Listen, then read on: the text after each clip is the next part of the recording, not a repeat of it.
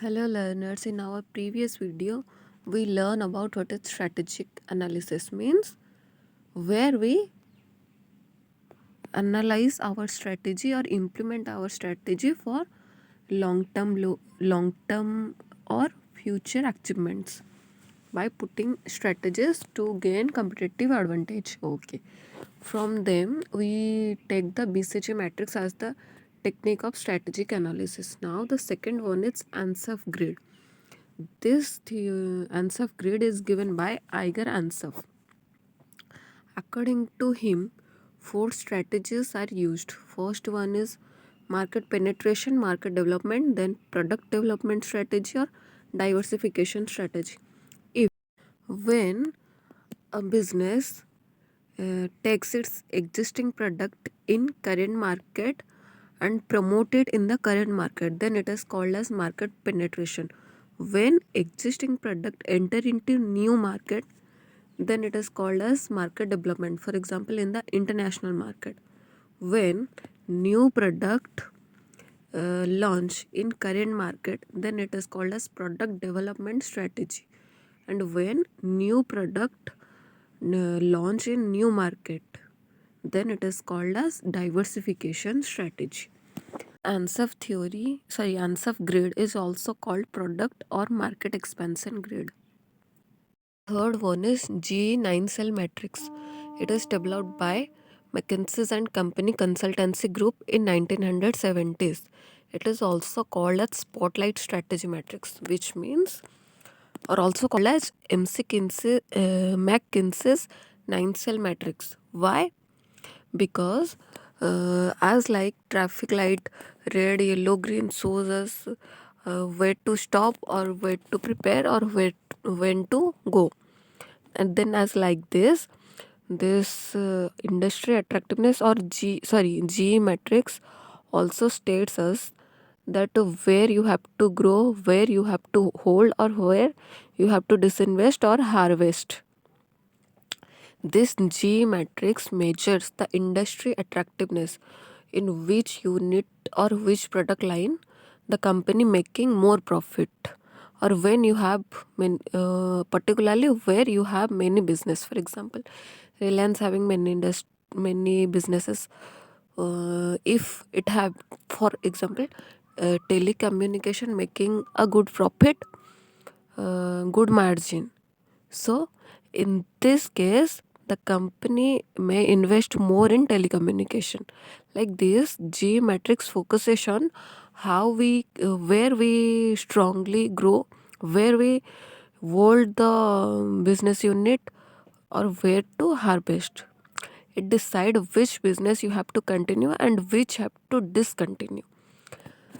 As like our box shows, in the left side we have industry attractiveness, where high attractiveness, medium attractiveness, and low attractiveness.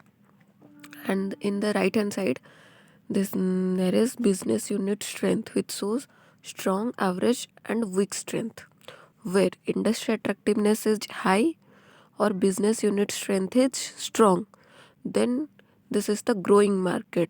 In this phase we have to invest more in that business. Where industry attractiveness is high or business unit strength is average, then also this is a growing market. Where strength is weak or industry attractiveness is high, then in that case we have to hold the position.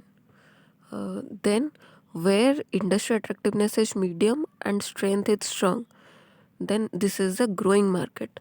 Where attractiveness is medium and strength is average, then hold.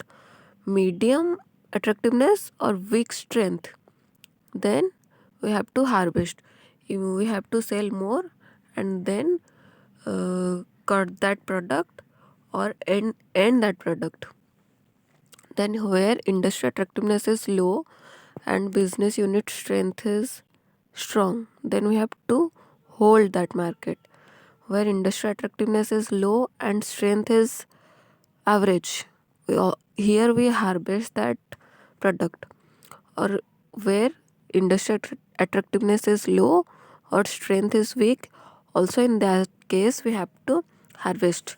Or we immediately sell those all the products and end that product or from the market.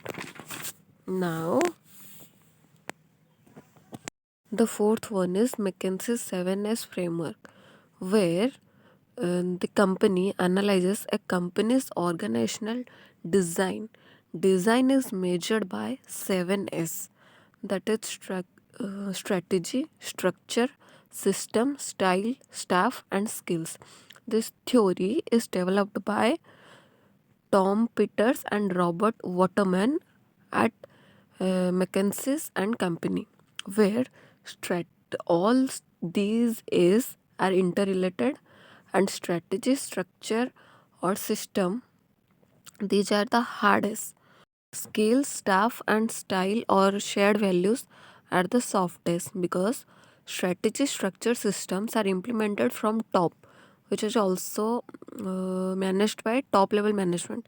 So this is called as hardest, because strategy implemented by top management, structure at top to bottom management we know before. Then system means which system followed by the business for its operating for its operating activities, for customers, for its employers, that is system which is maintained by top management. Then the shared values, skills, staff, style, these are the softest, because shared value means value to the customer, given to the customer. If they like your product, then they create then in market your product will be create value, that is called as shared values by the customer. Then skill of the employee or the employer for betterment of the product or marketing in service industry, for all.